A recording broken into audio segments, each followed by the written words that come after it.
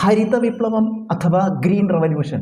ഹരിത വിപ്ലവം അഥവാ green revolution കാർഷിക മേഖലയിൽ നിലനിന്നിരുന്ന മാന്ദ്യം കുറയ്ക്കാനായി ഉത്പാദനം വർദ്ധിപ്പിക്കുക എന്ന ലക്ഷ്യത്തോടെ ആഗോളതലത്തിൽ നടപ്പാക്കിയ കാർഷിക മുന്നേറ്റമാണ് ഹരിത വിപ്ലവം അഥവാ ഗ്രീൻ റവല്യൂഷൻ.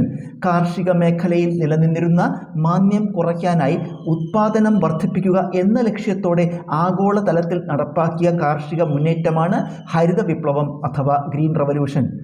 അത്യുത്പാദന ശേഷിയുള്ള വിത്തിനങ്ങൾ, രാസവളങ്ങളും കീടനാശിനികളും, ട്രാക്ടർ, പമ്പ് സെറ്റ് തുടങ്ങിയ ആധുനിക ഉപകരണങ്ങൾ, ജലസേചന പദ്ധതികൾ, കാർഷിക ഉൽപ്പന്നങ്ങളുടെ വിപണന സൗകര്യം, കർഷകർക്ക് കുറഞ്ഞ പലിശയ്ക്ക് വായ്പ എന്നിവയായിരുന്നു പ്രധാന സവിശേഷതകൾ. അത്യുത്പാദന ശേഷിയുള്ള വിത്തിനങ്ങൾ, രാസവളങ്ങളും കീടനാശിനികളും, ട്രാക്ടർ, പമ്പ് സെറ്റ് തുടങ്ങിയ ആധുനിക ഉപകരണങ്ങൾ, ജലസേചന പദ്ധതികൾ, കാർഷിക ഉൽപ്പന്നങ്ങളുടെ വിപണന സൗകര്യം, കർഷകർക്ക് കുറഞ്ഞ പലിശയ്ക്ക് വായ്പ എന്നിവയായിരുന്നു പ്രധാന സവിശേഷതകൾ.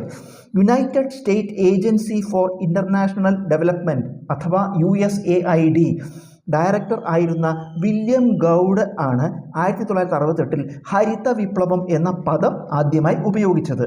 United state agency four international development അഥവാ USAID ഡയറക്ടർ ആയിരുന്ന വില്യം ഗൗഡ് ആണ് 1968 ഹരിത വിപ്ലവം എന്ന പദം ആദ്യം ഉപയോഗിച്ചത്.